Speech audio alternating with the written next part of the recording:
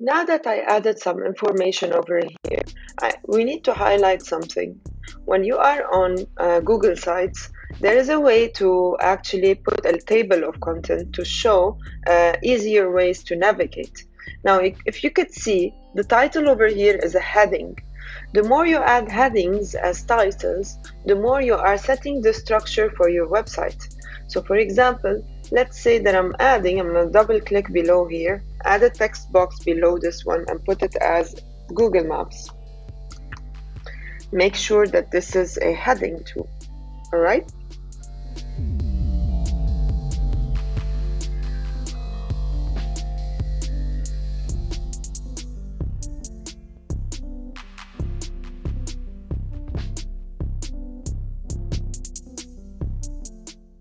I could add a header too.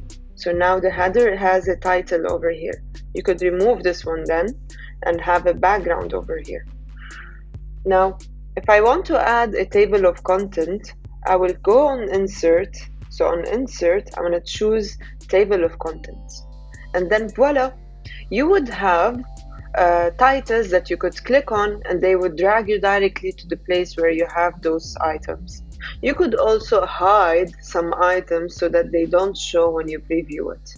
So when I preview, only the three will show. This is my table of content. It will take me to Google Maps. This is the Google Maps link. I will go to lesson plans. This is the lesson plans. And this is the button that we created before. Takes me back to home page.